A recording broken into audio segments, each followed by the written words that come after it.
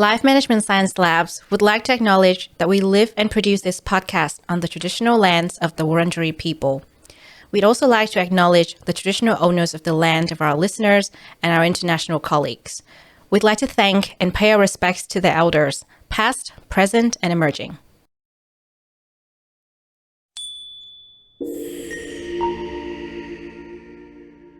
Hello, everyone, and welcome to Sero Boost, the Happiness Science Insights podcast, produced by LMSL, the Life Management Science Labs.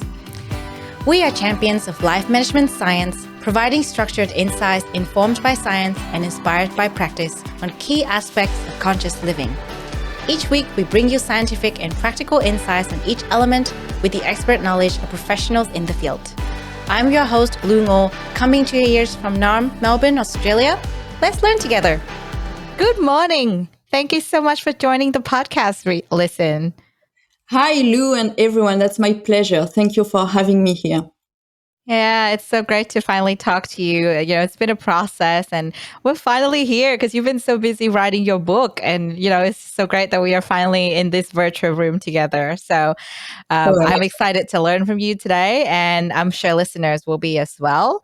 And on the podcast, we have this tradition. We know who you are. We've done our research about yourself, your background, but we know that it's, the best thing to let the guests introduce themselves because, how else could you get to know a person rather than from their own words? So it'd be so awesome if you could share with us and, myself and listeners about yourself as a professional and as a human, what you love doing, what sparks your soul, and anything else that would be great for us to learn. Talking about myself, in fact, is a list of my favorite topic. So if I can make it very short, I am obsessed with helping people and teams to be happier and efficient in their life and in their work. Yeah, that's very cool. And as a human, how about, besides your professional world, what sparks your joy and, what makes you happy? But in fact, Lu, I think I found my vocation. So it's not a professional, it's not a career anymore. It's a vocation. So I don't take any vacation because I am in vocation. And so that's what sparked me up, is to share some insights to help people to understand how their mind works and how they can make more effective decisions and ultimately be happier and to release their full potential to the world. Yeah, that's very awesome. And we're glad that you're doing the work that you're doing. I'm very excited for you to finish your book very soon and, hopefully get our hands on one of the copies. That'll be very awesome to read about the topic that we're going to talk about today, actually.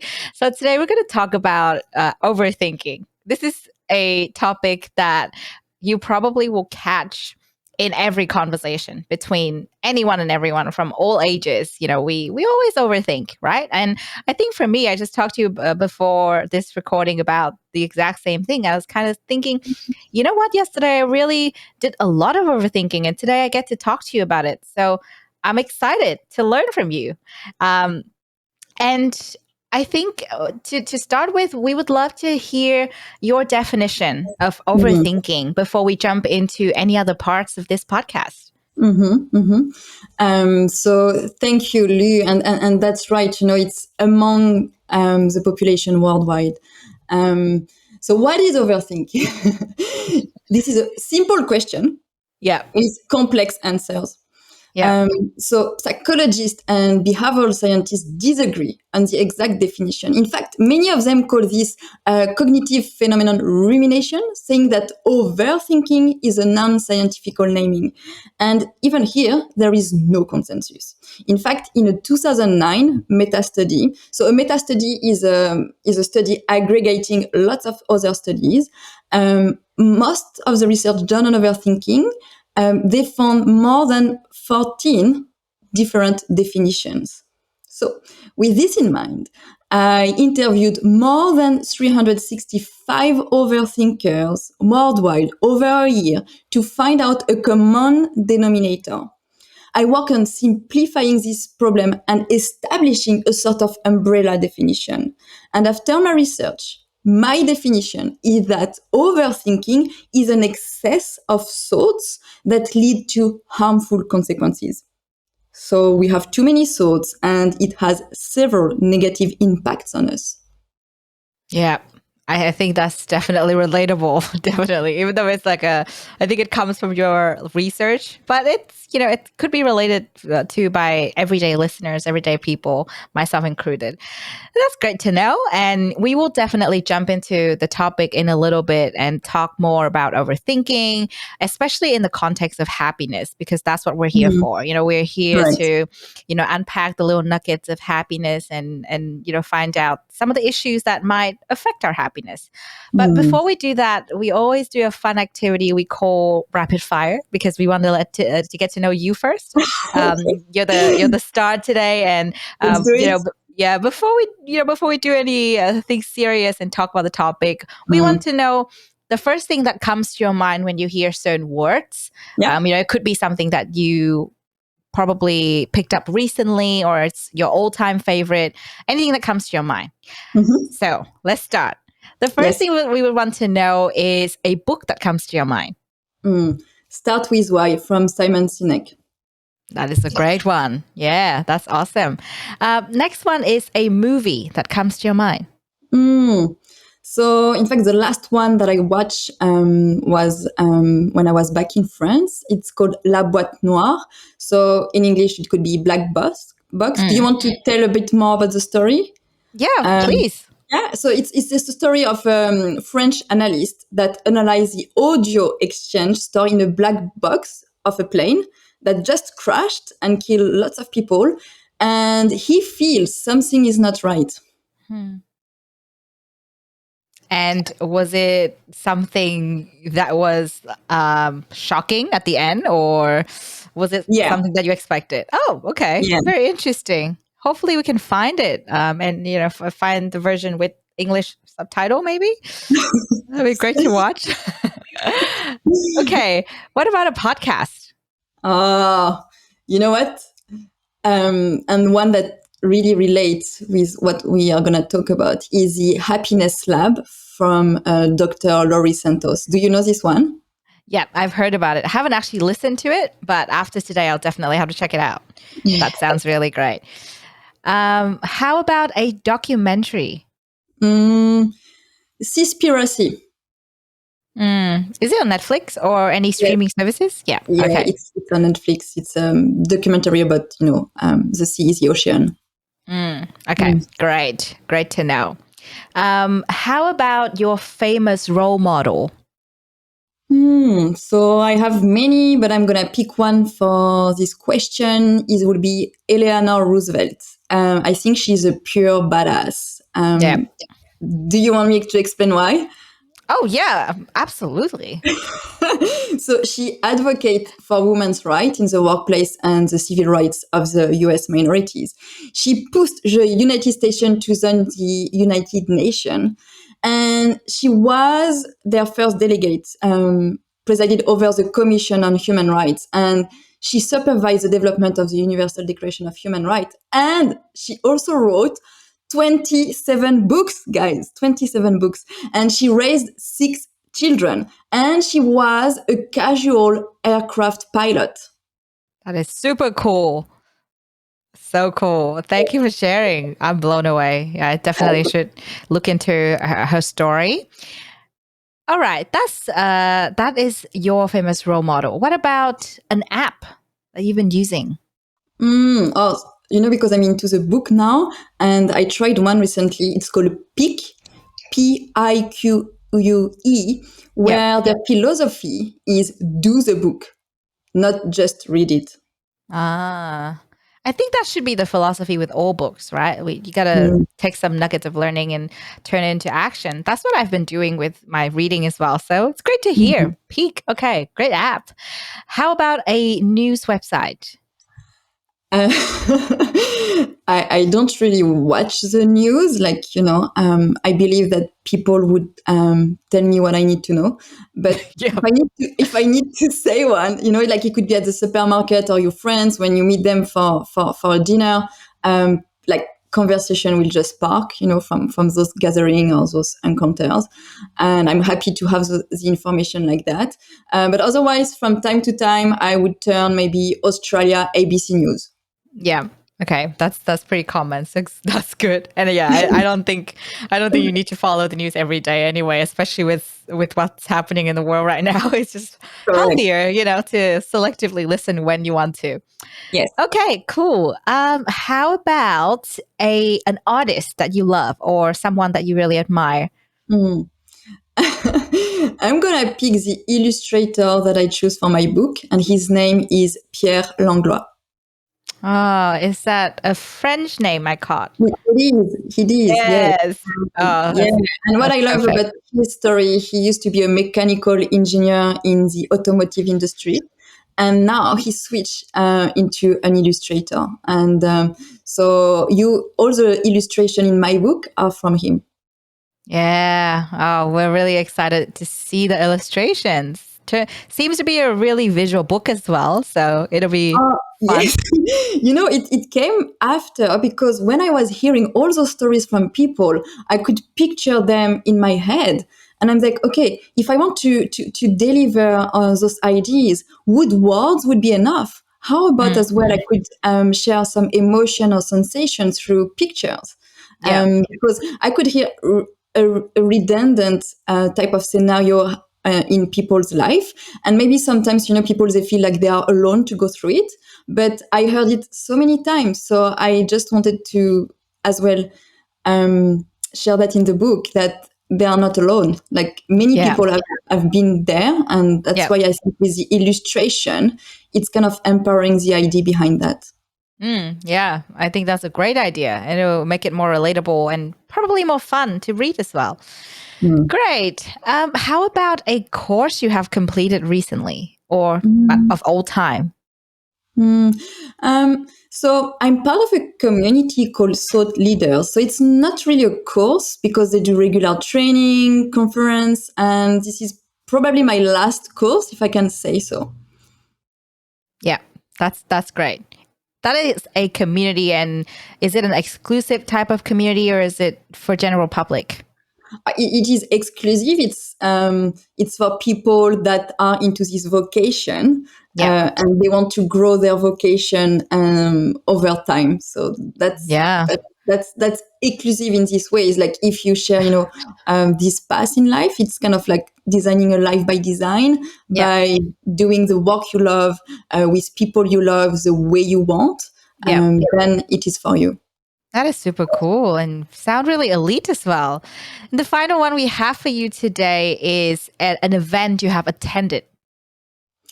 So it's with them. So it was an intensive event over 3 days. So it was packed with information. So it was still with thought leader community. Yeah, awesome. That's great. Fantastic. Thank you. We made it through the 10 different things that we wanted to hear from you. And I think I and also the listeners have known you a little better now. And now that we've warmed up, let's talk about the practice. We always start before we go into the deep research and insights. We want to know about a practice, and then we'll have the theory to back that up in a little bit. So, as we conversed before, you said that you're not really an overthinker. But then I would love to ask you, what would you recommend to be a practice that everyone can use when it comes to overthinking? How can we deal with overthinking using just one practice? Yeah. So yeah, that's right. I do not consider myself as an overthinker. And I think that's also probably the reason why I have been able to help so many of them. And we can see two big trends in overthinking.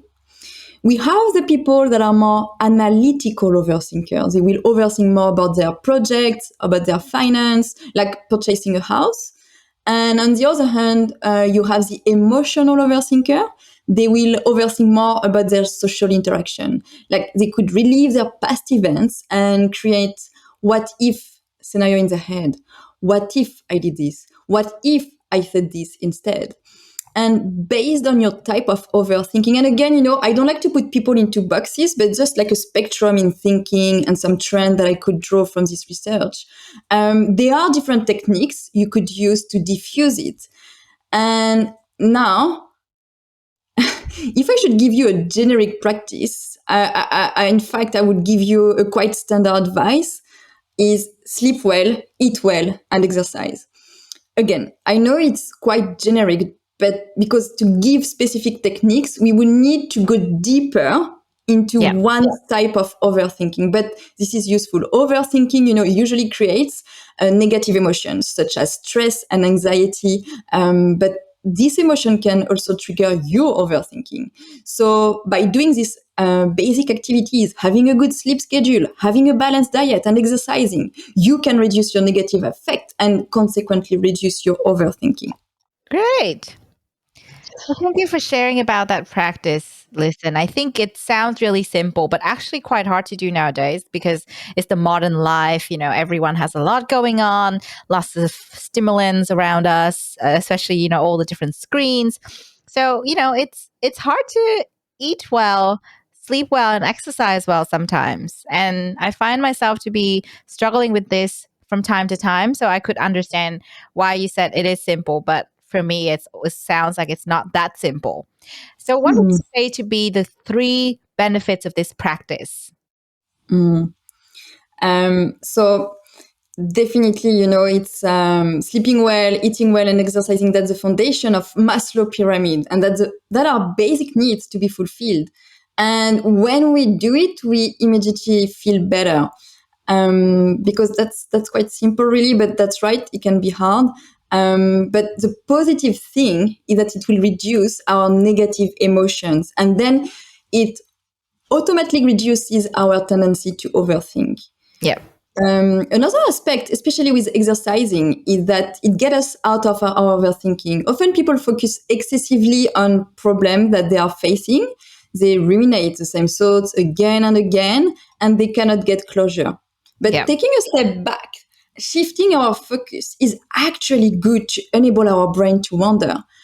Unconsciously, we will find other associations of ideas and concepts in our mind. It's like when you're taking a shower and relax, you might have a completely new idea or approach to a problem because your mind was not actively working on the issue. Again, these are basic things, but they produce concrete results on overthinking. Yeah. Definitely. I think that is why when I reflect on what you said, it seems like because of, modern life and our current lifestyle, it's hard to do such a simple thing, right? You just eat well, sleep well, exercise well. Why is it so hard for us? And I feel like for me, I could identify some challenges, like, when you have a busy schedule or if your schedule is not fixed, especially because of the new sort of working environment we're in. It could, happen to both someone who's working or someone who's studying. You have very different rhythms, and sometimes things just change in a way that it's hard for you to keep up with. And Mm. that is one of the main challenges that I could think of. But I bet there are some other challenges when it comes to this practice as well, right? Yes. And if we focus, on for overthinker, I think one of the big challenges for overthinkers is to sleep well. Yeah. During my interviews for my book, many of them report insomnia. They just cannot sleep because they cannot turn off their mind. They are in their bed, fixing the ceiling or turning from side to side, and they just keep on thinking about things like a big meeting to come or about a vague comment their manager made a few days ago about their performance. So, to try to sleep better, here are a few things I recommend. First, set a rule for yourself. Past a defined hour like 9 p.m., no more screens. Turn off your computer, your phone, your TV. Because these screens emit blue lights that stop the release of hormones called melatonin, which helps to sleep. So you should not be exposed to blue lights at the very least 1 hour before going to bed. And if you eat heavily before going to bed, your body doesn't have time to perform digestion, and that keep you awake. And if you exercise, your body will reduce the production of cortisol, the stress hormone, which is known to mess up with our sleep. So these are simple things, but all tied up together, they are quite effective to fight the effects of our overthinking. That's really good to hear. I mean, I think everyone is quite well aware of this already, but sometimes we just need another reminder, because again, you have all the screens around you, and especially now that we are constantly glued to our screens for work, for different activities, stay connected with friends and families. I know that a lot of people are still away from their families, so they spend a lot of time just chatting away, on the phone or maybe on a video call, which makes it hard because sometimes people actually do that before bed, right? And then after that, they would probably overthink the content of the conversation before they actually fall asleep. Something like that, it could easily happen. And Yeah. I think for me, when you said, this is something that you do and it's really simple, it sounds like something you do daily. Mm, But maybe we could unpack this a little more based on the mm, experience that you have and based on what you observe from other people, mm, because, eat well, exercise well, sleep well, they all correlate to one another. mm, But when it comes to sleep, you already mentioned that people struggle to sleep, right? Fall asleep is hard. But then eating well is also hard because sometimes, you just skip a meal or you eat at a different time. Or like you said, you eat really late in the day. It's hard to digest, which leads to, the effect of not being able to sleep well. And then exercising as well, when your days are just kind of out of whack or it's really hard to manage your time, you're not able to fit in that, exercising slot, even though it's kind of like, it's just something you do like second nature. Because a lot of other guests on our show actually mention, exercising is something that is just kind of like brush your teeth. You don't think before you brush your teeth, but you think twice before you exercise. So it's kind of hard for some people. And I think some is an understatement because I actually talk to a lot of my friends and people around me, and they just find it hard to fit in exercising time. So based on your experience, how would you suggest people go about making time for eating well? I mean, it shouldn't even be making time, but how should we approach it? In a in mm, a mm. in a way that would foster that healthy habit, and practice it on a daily basis. Yeah, yeah. So that's right. You touch point on something that is the busyness of life, and people. We are all humans, so we can easily be tempted to cut corners, to make exceptions, and to be tempted to do other things, right? But that after we can regret because we know. We know that it was not part of our rule, like set an alarm at 9 p.m. and just don't touch any screen. So my approach is that I would recommend to make small changes and really stick to them. I think James Clear, BJ Fogg are like habit gurus that maybe we can go deeper with. But I guess what is important to understand is habit stacking. So, for example, like when you brush your teeth and then you want to change something in your life, just because brushing your teeth is already a habit, so stack another habit after brushing your teeth. It's going to be easier. It's going to be smoother. It's going to flow. But so, for example, you say with the food. So with the food, I think, I think it's from DJ Fogg.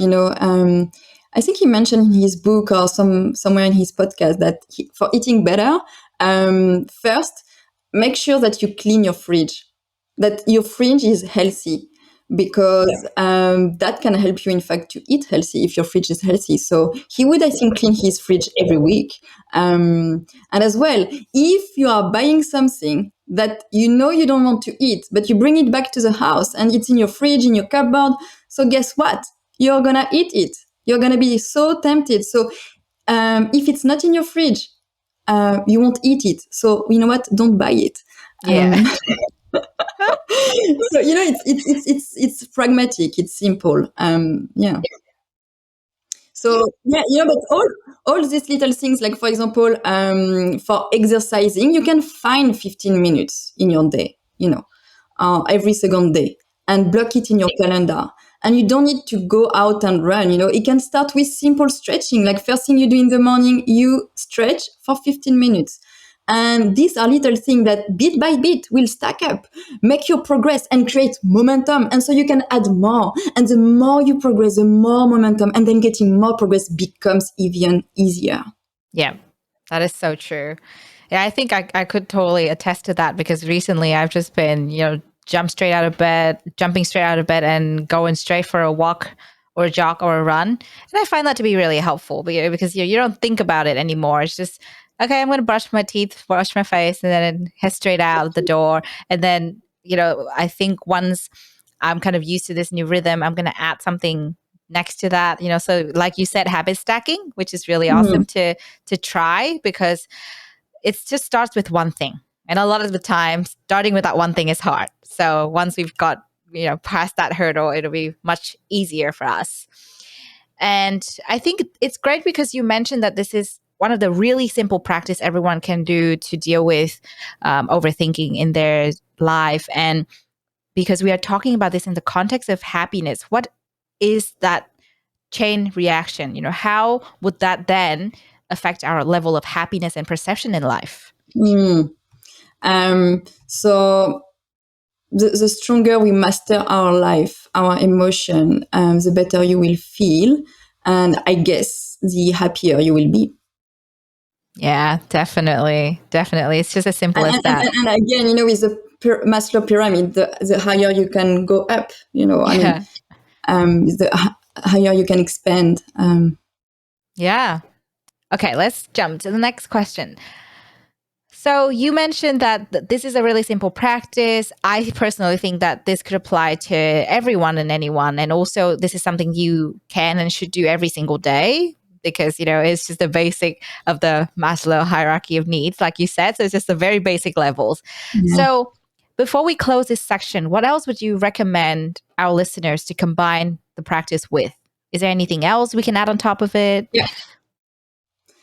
Yes, I just want to remind people that even if we focus on the basics, it is hard work. And it is okay to not get it right from the get-go. It takes time and it is not a straight line. There are ups and downs, and we need to accept this reality. I think this is especially true for overthinkers, and to embrace self-compassion is key. So Dr. Neff, who's an expert in this field, explained that there are three components of self-compassion: mindfulness, kindness, and common humanity. They are all great, and I really want to focus on the last one, common humanity. When your inner critic kicks in, telling you nasty things and belittling you, remember that you are human. What does it mean to be human? To be part of common humanity.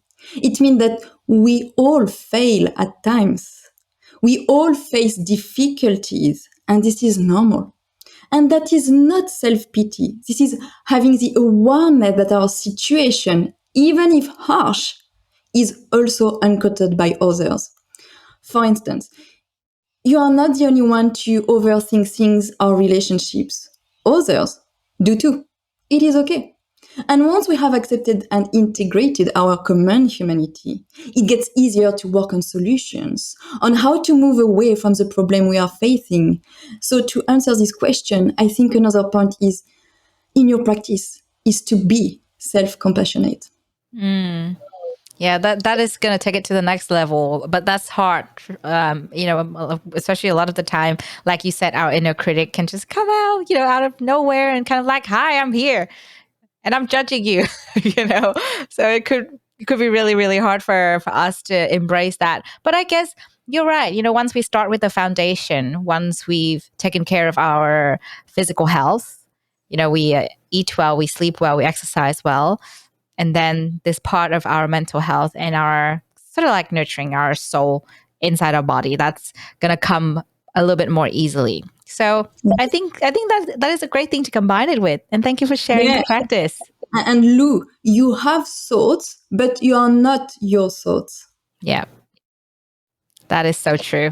We're not our thoughts, for sure.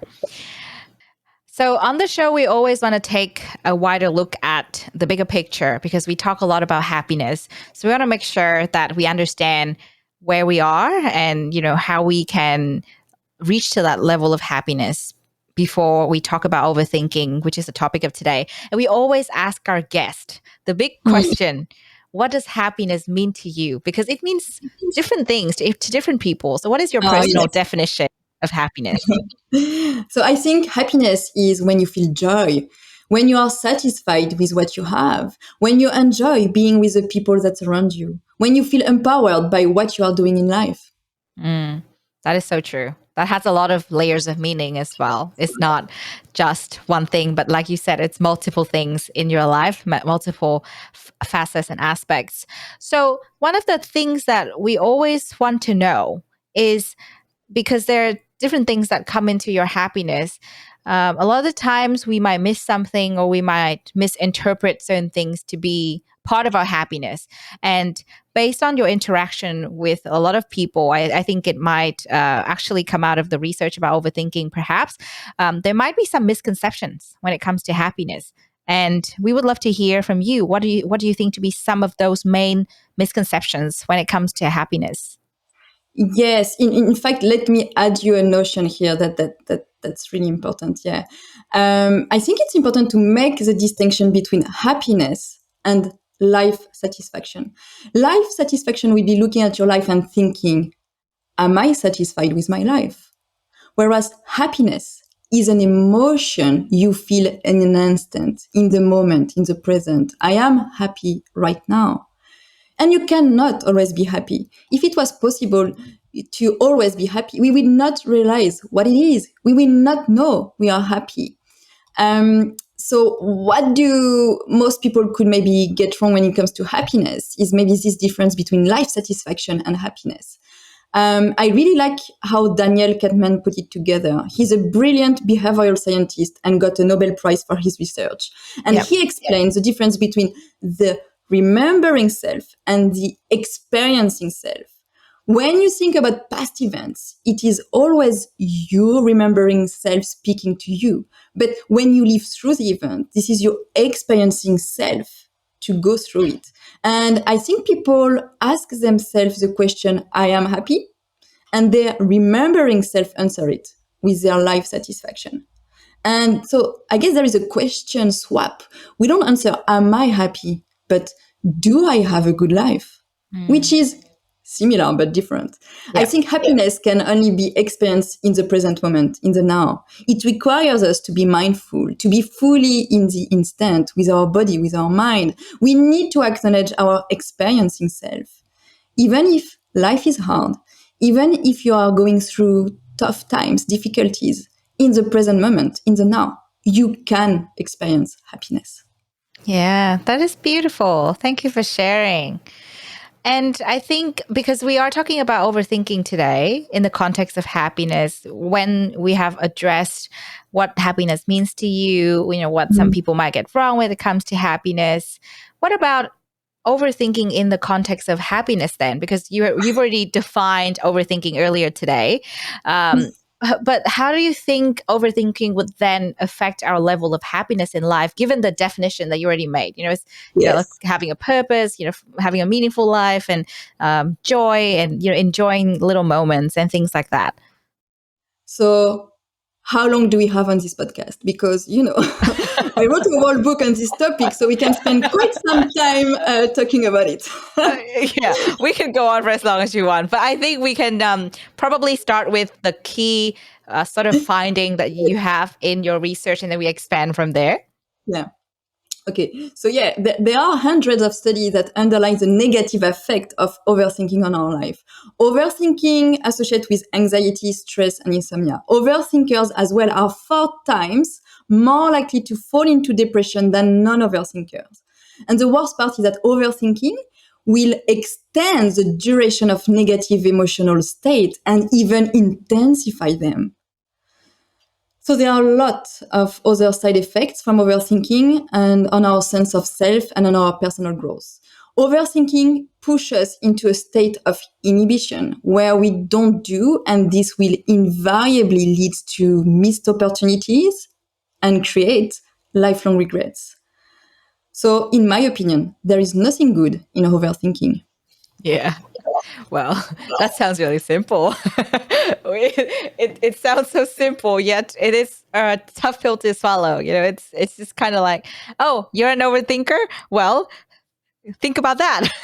And then you overthinking because you're kind of like, oh, overthinking is so bad that I'm going to overthink my overthinking. Which is actually something that what some of our audience submitted questions on, which we'll talk about in a little bit. But Mm. yeah, I totally agree with you, especially from your research. It's just so clear, isn't it? And I feel like when you have interviewed so many different individuals, you could probably clearly see that as well, because you're not just drawing this from a research or a paper. You actually interact with humans on this topic, and you can probably see for yourself how happy or unhappy they are. Definitely, I agree with you. Overthinking is not going to lead to any joy in our lives for sure.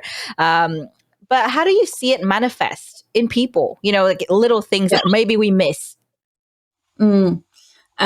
So that's an interesting question you mentioned, because you made me think of, when I interview those people, one of my question was like, how often do you overthink on a scale of 1 to 10, 10 being multiple times per day? And so that's a self-assessing question, by the way. And so people will, most of them mention 10, 9, or 10, or 7, like high numbers. And at the end of the interview, I would ask another question. And I would ask, if we were to reduce the amount of overthinking in your life at 1 out of 10, how would you feel? And immediately, because it was a video on Zoom, immediately I could see people's shoulders going down, and then they will feel lighter. And the next question is, what emotion and sensation would you feel? And they would say, oh, I would feel lighter, I would feel peace of mind, relaxed, I would feel happier. Yeah. Wow, that's so interesting. Definitely on the topic, they will feel happier when they do less overthinking in their lives. So yeah, some people were self-aware of that, but I'm Yeah. not sure if I answer correctly your question. I think because yeah. So No, yeah, I think it's a perfect interpretation of what I asked, because I was just curious, because you have that interaction, and as we said before, happiness means really different things to different people. Sometimes people don't really care when they overthink. They're kind of like, oh, I overthink, but I'm still happy. So correct. And in fact, yeah. that's something I have to jump on this one, because that's what I want to debunk. So in this book, I heard 3 big myths from overthinkers that I'm gonna debunk, and I think it's misconception about overthinking. And yeah, so that's it. Like lots of people, they think, yeah, I maybe I'm overthinking, but I can live my life like that. And so I with the book, I just want people to maybe question that. Mm, that is true. Yeah, I mean, it's easy to just say, oh, yeah, like I have a problem, but I'll just live with the problem. It's fine. Yeah. So I think one of the things that kind of emerge nowadays as well is people say, you know what, I overthink, but I overthink to problem solve. However, Yeah, I don't really think that's the case. So what is the fine line between overthinking and problem solving? How can we yeah. distinguish those two things? Yeah. So simple. First, overthinking is not thinking. It's not deep thinking. It's not critical thinking. Overthinking is not thinking. Thinking helps us to progress. Overthinking is toxic for us. And overthinking doesn't help our problem solving capabilities. Actually, this is the exact opposite. Overthinking is detrimental to our ability to problem solve. When overthinkers focus too much on a problem, they do an excess of convergent thinking. They try to find a solution, and they are so focused that they can blind themselves. They prevent themselves from thinking outside of the box. And studies show that overthinking impairs divergent thinking, which is our ability to make connection between remote concepts. And divergent thinking needs to be paired with convergent thinking to be creative, to come up with innovative solutions to problems. But when we overthink with an excess of convergence, we shut down our ability to diverge, and at the same time, our creativity and problem solving capabilities. Wow, those are big words there. You know, definitely quite scary when you think about, oh, have I been overthinking? You know, like because it's really hard to slip out of our mind. Sometimes we just sort of like, oh, I'm just gonna think about this problem, you know, because I Mm, want to problem solve. And mm, then you just go into that mode of overthinking without realizing that you are in that mode. So yeah. while you mentioned that there's that really clear difference between overthinking and problem solving, I personally have observed and noticed that it might be hard to actually differentiate, especially if you know you're just an everyday person, you're going about your day, you're doing your thing, and all of a sudden you're in kind of that downward spiral without realizing. And Mm, a lot of the time, it might take a while. And then once you've reflected on that, probably weeks or months later, you're like, oh, I was actually overthinking. You know, I was just doing that. Like it was not helpful, but I didn't realize. So then my next question would be, how do we catch ourselves? How do we notice the sign? You know, what are some of the signs when it comes to overthinking that would mm. help everyone to identify and catch themselves before they go into that downward spiral? Yeah, yeah, yeah. So that's right. You know, everyone is different. Like it depends on many variables. Like what type of overthinker are you? What are your excess of thoughts focused on? What is your emotional state? So it's hard to answer, you know, this kind of question. But a good thing to ask sometimes yourselves is, what do I feel now? So don't judge the answer, just be curious to find out. And if there are negative emotions like stress, anxiety, or feeling of regret, this could be the consequences of overthinking. As well, overthinking will often foster inhibited behaviors like avoidance, procrastination, and even resignation. So we will postpone things, we will delay, we will think we need more time to think this through. And this can be true. You might need a bit more time to gather your thoughts and come up with a plan of action. But this is the whole point of thinking, to be able to do afterwards. So if we don't do because we keep thinking, we are overthinking. Um,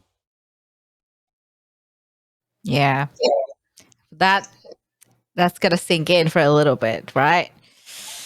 Ooh, I'm just reflecting on my day yesterday and I was like, huh, maybe that's what I was doing without realizing. So then now that you're saying that's how you catch yourself and you know realizing the signs, having that questions in the forefront would be really helpful whenever we mm, feel meh, because meh can feel, you know, differently for different people. It could come in under different shape, and sometimes it's just hard to even know that you're feeling meh. So mm, having that sort of question to always keep in your pocket, and then you know take it out when you kind of like, actually, I want to reevaluate the situation, the emotion that I'm in. Then it would be really helpful for each and every one of us to catch ourselves before we go down that path. And you know overthinking could, I think it could come in different sort of, I think from your research you know better, but I guess there are different kinds of overthinking. Even like sometimes it's just like really a short period of time, but sometimes it could actually go on for mm. days or even weeks, right? Yeah. Yeah. So yeah, you know, it's like some people, they will overthink about something they said to someone, and they will like be like Alice in Wonderland, going down the rabbit hole, spiraling negatively. And some other people, they might, you know, want to make a purchase, so they will open their Excel spreadsheet. In fact, you know, I have one guy that wanted to buy a motorcycle, so he opened a spreadsheet, and so he put many different criteria about different style of you know moto, like different criteria and so on. And he plays with this spreadsheet for 5 months, you know, putting in and out data. And at the end of those 5 months, his wife bought him a motorcycle because she had enough of this of these 5 months, like wondering which motorcycle I should buy. So you see, and that definitely, you know, it's different for everyone. So you know, it's, yeah, you have different scenario, different type of ways that maybe it could be expressed, because you could have buy this motorcycle within a week, and during those 5 months you could have enjoyed riding your motorcycle. Yeah. Oh, wow. You know what? That just reminded me of an episode on The Big Bang Theory. I don't know if you've watched The Big Bang Theory or if our listeners are familiar with it, but the reason I mentioned that episode is because in one of the episodes, the main character, Sheldon, just he really wanted to buy a new sort of gaming setup, and he was constantly debating between Xbox and PS4, and it took him a whole day at the store up until the point when they closed, and his girlfriend just wanted to buy him both of those things so that they could go home. And then he's like, but I only have one setup. So that the process of 20 minutes of sitting through that episode was excruciating for me as someone who was, enjoying the show and was just having a good laugh. So while I was laughing, I could clearly see that he was really overthinking his decision, and it was so excruciating to just, watch someone do that for one day. So I could only imagine if that guy did it for 5 months, what that would have meant for himself as well as people around him, right? Yes, That's indeed. that's just very interesting. And sometimes we might do this ourselves without having any spreadsheets. But I think a lot of people might come to like make decisions about their different things they want to do, like different purchases as well. Like I've talked to friends who kind of like, oh, like I don't know, which car to buy, or like I don't know if I should just skip everything and go travel, or if I should like settle down by a house. So it's kind of like something that they could have made a decision on a while ago and start doing it, start enjoying the process of whatever they want to do. But instead they just kind of debate, oh yeah, okay, I'm just gonna sit on that for a little bit more to make sure I make the right decision. So it sounds like overthinking plus procrastination as well. I find that overthinking might actually lead to a lot of procrastination, and then it's a whole thing. It might even lead to anxiety, at the end of the day. So that's really tough. So our research team did this thing where they actually go through your contents, and I actually went through some of your videos on YouTube as well, and it's great to see you talk about different topics and ideas. In one of the videos, you mentioned jumping to conclusion. And I believe that there was a theory that's called the Rashomon effect that you mentioned. Could you please explain a bit more about that? Yeah, and thank you. I really appreciate your team, yourself, going through my content. Thank you for watching my video. So jumping to conclusion is is a cognitive, in fact, distortion. Psychologists call it inference observation confusion. Basically, we draw a conclusion from a small set of events, and usually these are incorrect because we make too many assumptions without having the full picture. For instance, you sent an important email to your manager and CC your HR, and after 2 days, you still haven't received any answer, and you start overthink it. You fear you wrote something wrong, and that reflects badly upon you. It triggers a downward spiral where you can even start to believe you will be fired for your email. But from the point of view of the HR, she was just in CC. So she didn't think she needed to answer the email at all. And like your manager is completely swamped, and she knows you are competent and really competent. So she thinks she can wait a few more days before answering. And so you have 3 different perspectives of the same event.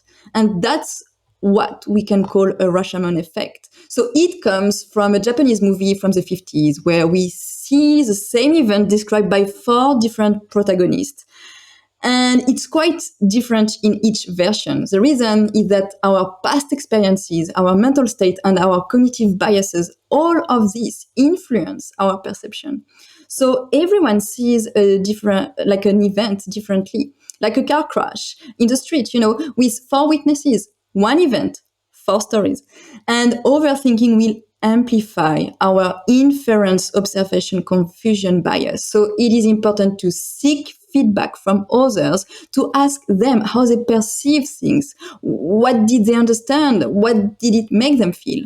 This way, we have facts instead of assumptions, and we can reduce our overthinking. That's really interesting because we've talked a lot about the different effects, the bad things that can come from overthinking, how it could affect our level of happiness, and now you said you mentioned the Rashomon effect, and interestingly enough, that comes from a movie. I find that to be quite fascinating because it's kind of like we might have like 4 different characters in our brain sometimes. It's just it's not like a movie course. It's just like it all in here. You have 4 different characters, or like Yes. 4 different versions of yourself, like the council of you, whatever that might be. Like for example, I might have the council of Lu, and then the 4 different characters just bring up different ideas, and then sometimes you think, oh yeah, like I'm just healthily thinking about this or processing my thoughts, but then it could actually mean that I'm overthinking a situation way too much. And like you said, it doesn't have to be big things. It could be little things. And anyone could find themselves in these situations, right? Because sometimes I think I've discussed with lots of friends, and people tend to kind of mention, oh, you know what? The other day, this little thing happened. My friend said this, or, like my friend kind of signaled this, and I don't know Mm, what that means. Like I feel bad about it. And then I'm like, mm, that is interesting because you don't even know what actually happened. You didn't even ask the person. And, mm. like I then thought maybe there are other times that I've done the same thing. So instead of Yeah, and having a conversation, yeah, yeah, maybe they just had a bad day, so they yeah, are just yeah, tired. exactly. So that's where this is an interesting process to kind of work through overthinking or dealing with overthinking, because Mm, we've talked about what could cause it. We've talked about what it yes. could look like. But then now let's talk about how we can deal with it, because I'm sure this is a theme that you're going to focus on a lot in your book and your research as well. It's great to understand and recognize the problem. So where do we go from here? When we have identified that we are overthinking, once we've Mm, identified that these are the key things that might emerge when we start to overthink, we kind of like, okay, I know myself, I know my pattern. how mm. do how do we then apply strategies or use some tools, perhaps if there Mhm. are any, to then deal with our overthinking? Mm, yeah, and of course there are many tools and strategies depending on the different, variations of your overthinking. And maybe for the purpose now of the audience, I'm gonna take like a more broader approach. So I think we want to foster a growth mindset as much as possible, and this concept was developed by Dr. Carol Dweck. Have you heard about her before? Yeah, I'm Yeah. familiar with So her. Yeah. yeah. So she explains the difference between a fixed mindset where we believe our attributes are fixed and can never evolve. Like your intelligence is fixed. You have a definite amount of it and can never be changed. Whereas with a growth mindset, we believe that we can develop all our abilities through training, sharing, and life experience. And individuals with a fixed mindset are scared about failure because if they fail, it means they are not smart enough. And since they see it as a fixed quantity, they're kind of doomed. It's like learning they have an illness and there is nothing to do about it. When you think you can develop your intelligence through work and effort, you are less scared of failure. Mm. Some overthinkers are scared of failure. So working on their growth mindset will help them to reduce this fear and down the line, their level of overthinking. Yeah, that is so good to hear. I think the growth mindset approach actually applies to a lot of other areas in our lives as well. It's not just overthinking, but I never actually associated growth mindset with overthinking in terms of a solution. And it's so Mm, interesting that you mentioned that, because that is true. When we overthink, we tend to focus too much on the problem at hand. And we want to be able to nurture, a mindset where we focus on the solution and knowing that we can identify and find a way to cope with a situation, whatever that might be. So mm, it's quite interesting. And in fact, I realized that, the growth mindset concept is still foreign to a lot of people. It's fascinating because I thought that by this point, everyone must have heard of it. That was my assumption. But then recently, when I started talking to people, like make new friends and go mm, into new networks, I realized that it is still a new thing. And it mm, probably will take some practice and getting used to for listeners as well. Um, mm. I think from my Yeah. perspective, it might mean taking one small step by just acknowledging that this is something that is true. You know, it's been scientifically proven. You know, it's Mhm. not, you know, you're not going to stay the exact same unless you just want to stay the same, right? Um, and and I think that But is a again, yeah, and I'm sorry to jump on this one. You will never get, because we are human. We are not trees. yeah, that's true. So maybe you stay the same, but in fact, maybe you go into regression, stagnation. Yeah. Like worst states of being a human. Yeah. That's a very interesting analogy. Yeah, I love that. I think yeah, if we're not moving forward, it either means that we're staying the same or might mean that we're moving backwards even. So yeah, we might need to catch ourselves or notice the signs when that happen. So I guess before we move on to the next part, the final thing we would love to ask from you is when it comes to the growth mindset, dealing with overthinking and having all the necessary tools, what is one little change we can do? We talked about the techniques, we've talked about the practice, the questions we ask ourselves. But if I go out today and I meet somebody who is deep in thoughts and just really overthinking, what would be something that is so simple that I can let them know and they could just do it straight away to stop or maybe help themselves from going down that rabbit hole further? Okay. In fact, there is a lot into these questions. And in fact, something that a lot of people think they have to say to overthinker is like, don't overthink this. And oh my God, that's actually the worst thing to say to an overthinker. Yeah. So overthinking being an excess of thoughts, people often try to suppress them, with like, don't overthink this. And that leads actually to the opposite. It reinforces their thoughts. And this is called the polar bear phenomenon. The Harvard psychologist Daniel Wagner first explained giving this example. Like, do this work with me, guys. Like, try not to think about a polar bear. Just do it now. Try to not think about a polar bear. All I can think about is the polar bear. Yeah, it's impossible. The more you try to suppress the thoughts, the more you make it vivid in your mind. So a good practice for overthinkers is not to try to suppress their thoughts. Yeah, I think that could mean anything. That could mean journal it out. That could mean that if you are really overthinking things, just put your thoughts onto On paper. paper and really just make it one detail at a time. And by Mm-hmm. unpacking the thoughts, you could see your thought patterns. And I think, in fact, this is something that I did in my own personal reflection not long Mm-hmm. ago. I actually went Mm-hmm. through my journals from a period of just a lot of anxiety, depression. I was like, let's just Mm-hmm. see what happened back then, because I couldn't seem to get out of that rabbit hole. And I realized that there's a pattern in my thinking, which was definitely overthinking for sure. And I find that to be very helpful personally. I know that there are probably other tools and tips and tricks as well.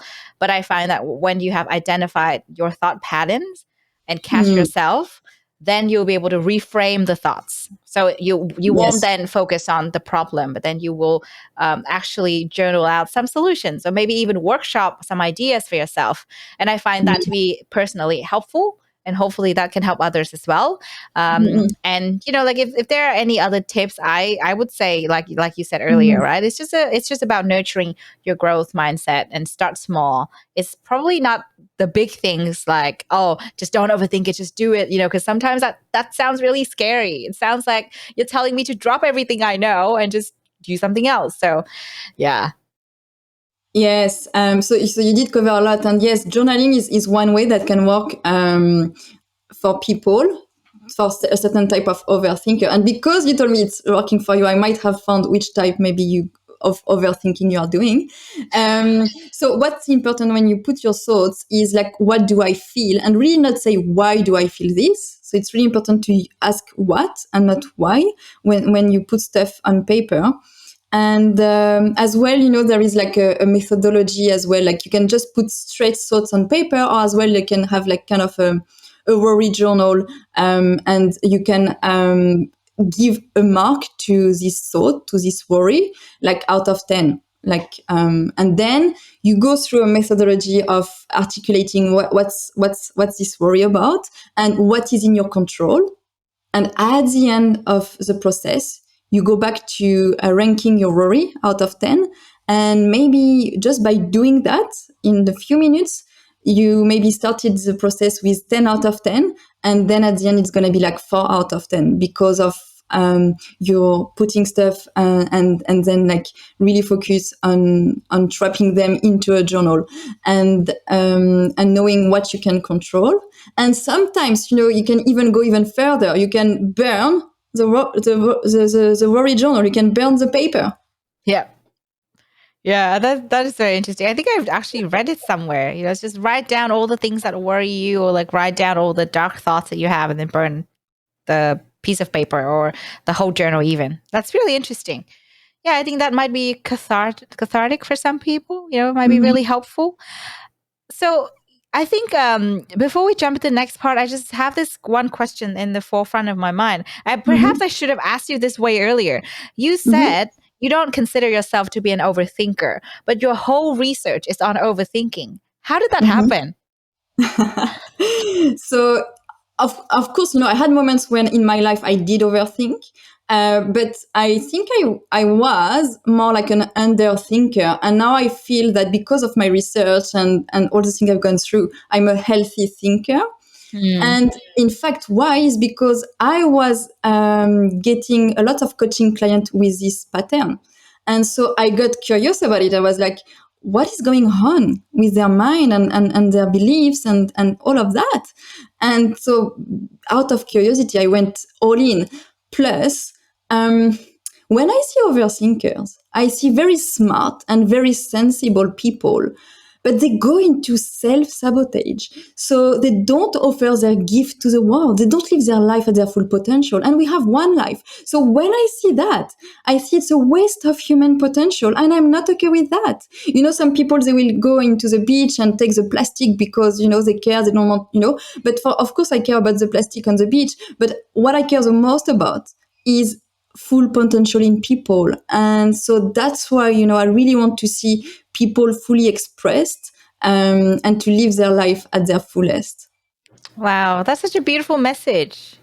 That is a great thing to close with in the interview section, I think, because you kind of leave listeners with a really sweet thought that, hey, if you're overthinking, you're actually great. Yes, you have lots of potential, guys. Let's work on that. You will see how amazing your life can be and how amazing things you can do in life. Yeah. And you will be blown away by your own potential. Yes. Yeah, that is so true. And I feel like overthinkers tend to be really caring, which is why they overthink. And like you said, they all have lots of potential. And that is a message to anyone who's overthinking. It is not a great thing to do, but at the same time, you're great. So deal with your overthinking in, ways that would be helpful for you. Use the tools that are available and bring your full gift to the world and growth as well, right? So that's great. I love that. Yes. Yeah. All right. So the next part is my favorite section of the show. We always invite our guest to imagine that this is, open mic night. It's your stage, live stage, whatever that might be. It could be TED Talk stage.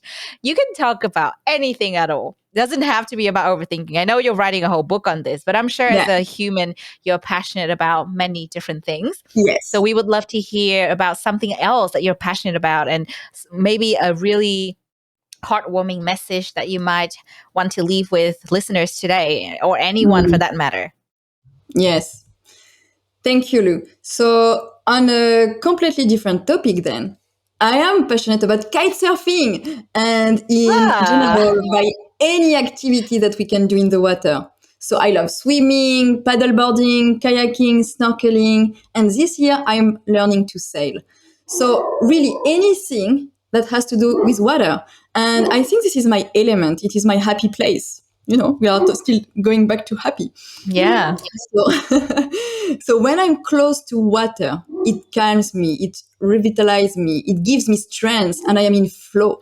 And sometimes, I even caught myself having ideas for my newsletter. And this is something I encourage everyone listening to this podcast is to think about what is your happy place, guys.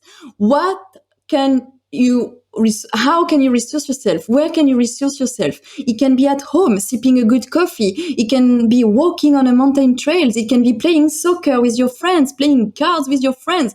What is the one thing, the one place that brings you happiness? Because it's quite powerful to know it, because when we feel down, we can try to go back to our happy place and refill our cup. That is beautiful. Thank you for sharing. I really love that. I think everyone needs to find their happy place for sure. And happy to hear that it's, water, kind of like a water sport. I don't know if it's actually a sport, but yeah, it sounds really Yeah, it fun. is. Yeah, Kite okay. surfing. Kite Okay. surfing. It is a water sport. Oh, it sounds fun. Yes. Yeah, yeah. Oh, that's great. And especially when Mhm. you're in Brisbane as well. I think Yes. you must have a lot of opportunities to just go out and about all the Correct. time. The weather Yes. permits it, and yeah, the beaches there are awesome. So that's really lovely to hear. Thank you for sharing. Before we close, we have a section where we actually invite our audience to submit questions for you as an expert, Mm-hmm. so that we could help the everyday people more when it comes to overthinking, and especially because you've been writing a book on this. It's perfect timing. I actually went through the questions, and some of these questions are actually really, really relatable. Mm. So I'm just going to pick some questions, and we're going to go through some of them. Cannot go through all of them because, there are actually a Yeah, lot of people struggling with overthinking. yeah, yeah, yeah. Yeah. And I have to admit, it's to do this podcast is I'm into my growth zone right now. So yeah, I need to go back to kite surfing to refill my cup and answer those questions. No, I'm joking. Let's do it now. Oh, that is hilarious. I love that. Thank you for being so honest and fun about it. But yeah, we have some questions about the topic of overthinking, and I'm sure you'll be Yeah. able to help our listeners deal with what they have been sort of struggling with for a while now, perhaps. I think when we start something new, we tend to overthink, and this is a question from the audience that I can really relate with. So the question from our audience, from a listener, is: when starting something new, we often overthink how we can do it without messing up, but it actually Mm-hmm. creates doubts of our own skills. What can Mm. we do to change it? Okay, yeah, and that's a great question. So in fact, we so I don't know if it was clear, but overthinking is driven by fear. So fear of failure and Yeah. fear of abandonment. So they are the two main fear that I found in my research. And so yeah, when we try something new, we usually maybe sometimes fear to fail, and so we start to have doubt. What is it for me? What if it's not for me? What if I'm gonna fail? What if I look like an incompetent? And so one phenomenon linked to this is called the imposter syndrome. Um, Mm. and the imposter syndrome is, I could maybe try to find my card, but let's see if I can say the definition. Is like, no matter what the individual achieved in the past, the individual is not able to recognize their achievement. So they are living their life with a constant feeling of like a fraud, like I'm not worthy enough, I'm not worthy to being loved. I'm feeling of a fraud. So that's maybe also what people can go through. So now, saying that, what we need to focus on is progression. So building self-efficacy and trust, and to progress with small steps, not like with goals, like, smart goal. Like, there is a book from Scott Adams, and he say goals are for losers. So yeah, and why he's saying that is because when you have a goal, Like, for example, I want to lose 5 kilo in 3 months. So you live your life during 3 months, and as each day you ask yourself, did I lose 5 kilo? No. Then I'm a winner. And whereas when you have a system, when you set small steps, when you see your progression and you believe in yourself and you build this self-efficacy and you start your day with like, I am a healthy person and I practice sports every day. So every day you practice sport. So you ask yourself, did I practice sport today? Yes. So you are a winner. And ultimately, at some point, you will lose those 5 kilos, this arbitrary goal. You will get there. But during all the journey, you change the mindset, to I am a healthy person. So that's a mindset shift. That's so interesting. And so when you see that you are progressing, when you see that you are getting momentum, and some stuff are happening in your body, so you want more. So you are moving on. So yeah, I don't know if I think it's roughly the answer I would have for this question. Yeah. No, I think it definitely answered the question because it's about starting something new. And when we start something new, it might mean that the person has some sort of goals or, some sort of thinking there behind why they Yeah. wanted to do that. And in fact, the concept of systems, I've actually learned quite recently as well. So it's great that you mentioned that. Set Yeah. systems rather than goals. Yeah, it's really And, helpful. yes, and as well, if I can add something on Yeah. that one, is like you do it, you need to do it consistently and often, because sometimes people, when they start something new, they will look at the data and the result that they have, and they would be not satisfied. So here, I will also add resilience. Do it a bit longer and try it more times, try it more often, try it to consistently, in order to have more data set, Yeah. more data to draw some conclusion. Sometimes Yeah. people, they jump to conclusion too soon and too quickly when they try something new. Yeah, I think that's a great point. And again, it comes back to the systems, right? Once you are in that mindset and you have your system, then you'll see the results. And it's because like could be something so simple like practicing to play the guitar. You've just played it for a week and you're like, I don't see any results. Like cannot play a song yet, obviously, because you've only been practicing for a week and it's on and off. So if there's once there's a system, one day you're kind of like, Exactly. oh, now I can just play the song without looking at the sheet or something like that. It's just it comes natural. Yeah, So you got it, Lu. Yeah, exactly. yeah, exactly. That's great. That's a great point. The next question from our audience is I believe that confronting uncomfortable thoughts when I have can be beneficial for me to process them rather than ignoring them. However, I usually find myself being stuck in my head and trapped by overthinking.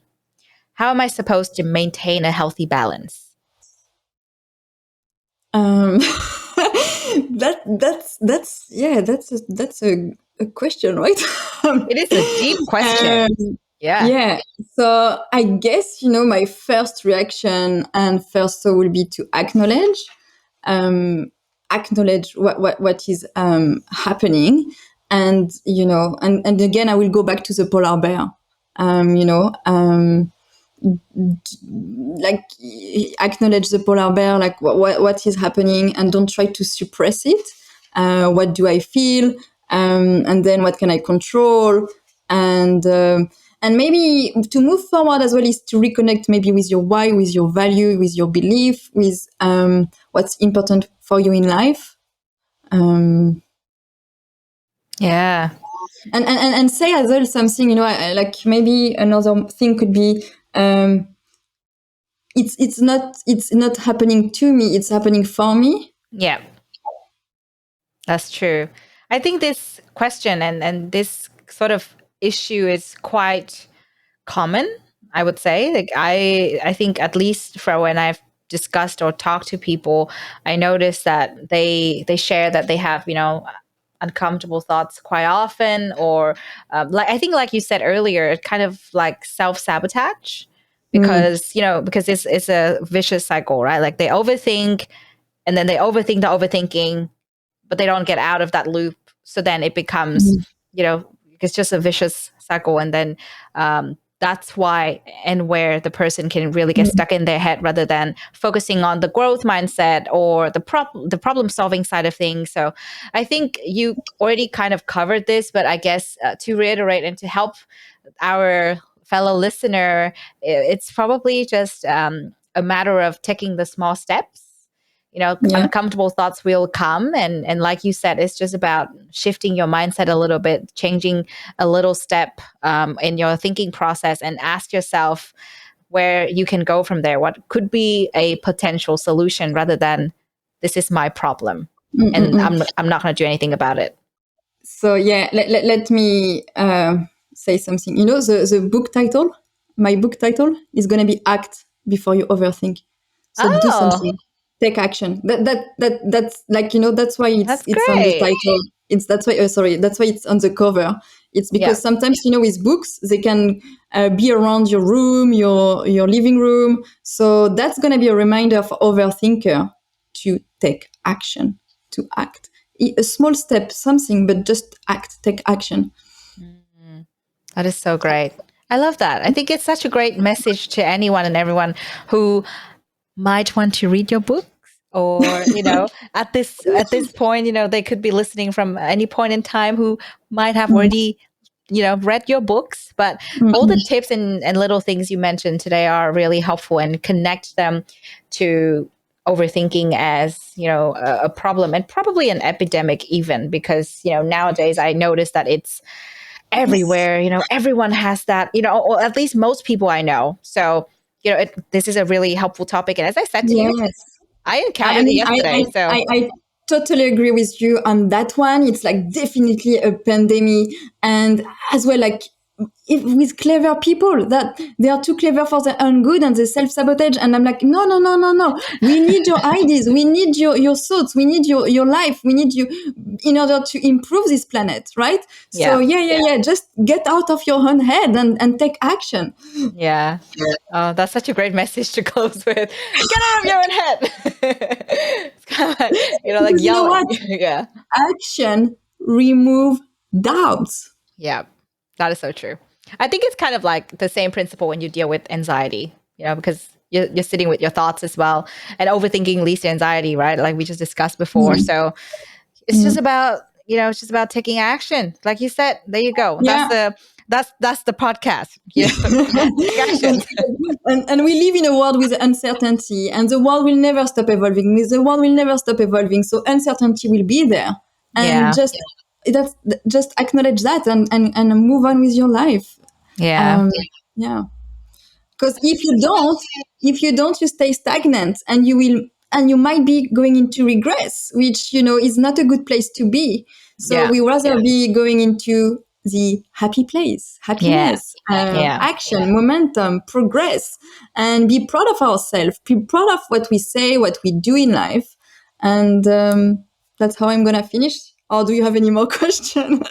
No, that is perfect. Yeah, I was about to say, this is the perfect way to close the podcast, because you leave listeners with such a lovely and beautiful message.